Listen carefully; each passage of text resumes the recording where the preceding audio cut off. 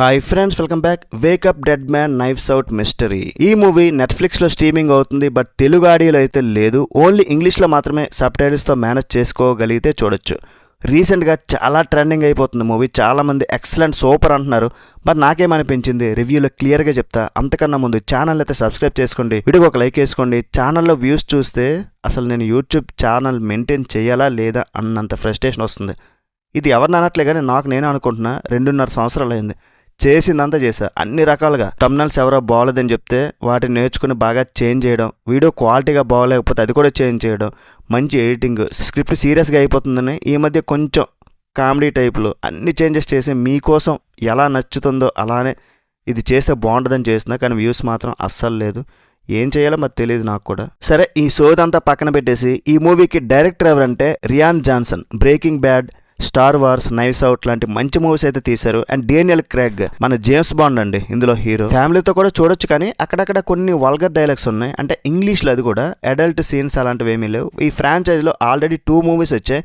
ఇది 3rd instalment, కానీ ఇది ఒక సపరేట్ స్టోరీ. ఆ 2 మూవీస్ మీరు చూడకపోయినా ఏం ప్రాబ్లం లేదు. చాలా రోజుల తర్వాత ఒక మంచి మర్డర్ మిస్టరీ థ్రిల్లర్ చూశానని అనిపించింది భయ్య. రీసెంట్ టైమ్స్లో బాగుంది చూడండి అని చెప్పి చాలా రోజులు అయిపోయింది రికమెండ్ చేసి. ఈ మూవీ అయితే వర్త్ వాచింగ్ భయ్య.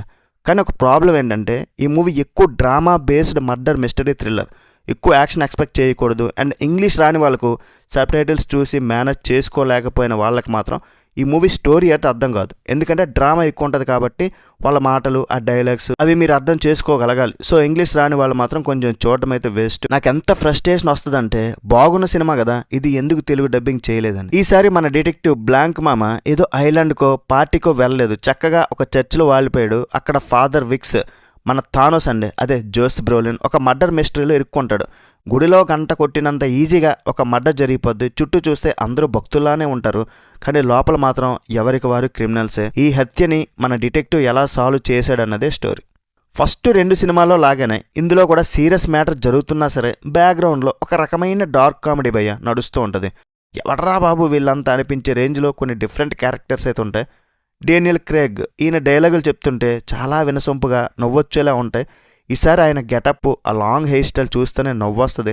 ఫస్ట్ అయితే నేను అసలు గుర్తుపట్టలేదు, నేను డిటెక్టివ్ని అని ఆయన అంటుంటే నువ్వేం డిటెక్టివ్ రా బాబు అనిపించింది నాకైతే. ట్విస్ట్లు అయితే వీడే హంతకుడు అని ఫిక్స్ అయిపోయే లోపే డైరెక్టర్ రియాన్ జాన్ తమ్ముడు అని ఇంకొకరిని చూపిస్తారు. క్లైమాక్స్ వరకు బుర్ర గిరుగున తిరుగుతుంటుంది అనమాట. జోషో కార్నర్, జెర్మీ రన్నర్ వీళ్ళు బాగా ప్లస్ అయ్యారు.